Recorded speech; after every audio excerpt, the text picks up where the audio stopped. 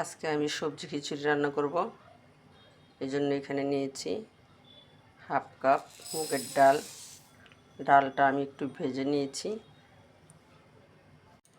নিয়েছি half cup মসুরের ডাল।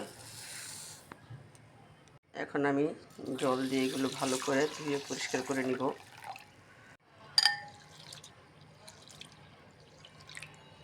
এগুলো পরিষ্কার করে নিয়েছি। এখন আমি এগুলো সিদ্ধ বসিয়ে দিব। সিদ্ধ হতে হতে আমি সবজিগুলো কেটে নিব। ডালে পরিমাণ মতো লবণ এবং জল দিয়ে চুলায় বসিয়ে দেব। এখানে আমি হাফ পটের একটু বেশি সিদ্ধ চাল নিয়েছি এবং হাফ পটের একটু কম পোলাও চাল নিয়েছি এবং সবজিগুলো কেটে নিয়েছি। সবজির মধ্যে আছে এখানে আলু, ফুলকপি, মূলা, সিম এবং আরও দেব আমি খিচুড়িতে ধনিয়া পাতা কুচি, কাঁচামরিচ।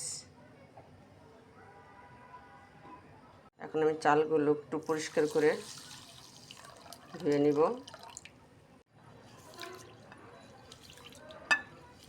চালগুলো পরিষ্কার করে নিয়েছি। এখন আমি চালের মধ্যে সবগুলো সবজি দিয়ে দিব।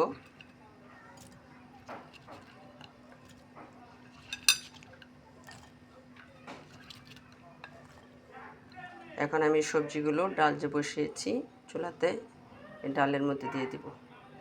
হাফ সিদ্ধ হয়ে গিয়েছে। এখন আমি এটাতে সবগুলো সবজি এবং চাল দিয়ে দিব।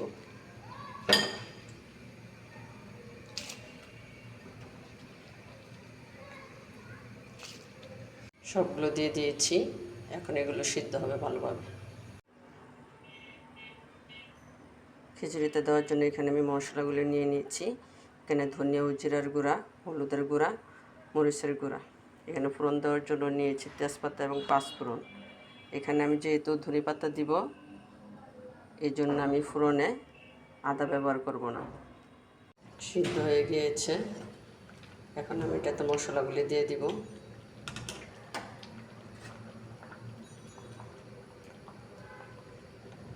মশলাগুলো দিয়ে আমি একটু ঘুটে নিব অল্প করে।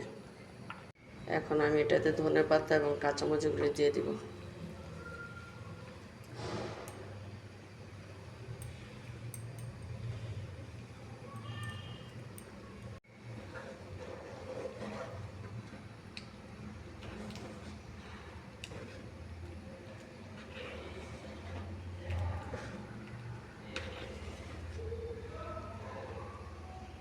এখন অন্য একটা প্যানে আমি পরিমাণ মতো তেল দিয়ে নিব খিচুড়ি ফোড়ন দেওয়ার জন্য।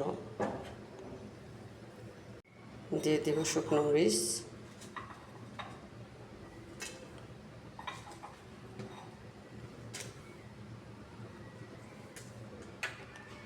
শুকনো মরিচগুলো একটু লাল লাল করে ভেজে নিব।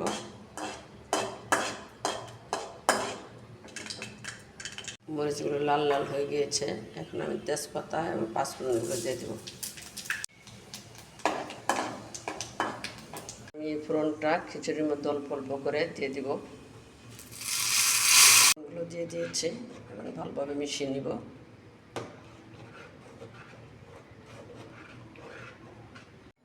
হয়ে গিয়েছে। এটা গরম গরম বেগুন ভাজি এবং লেবু দিয়ে খেতে খুবই ভালো লাগবে।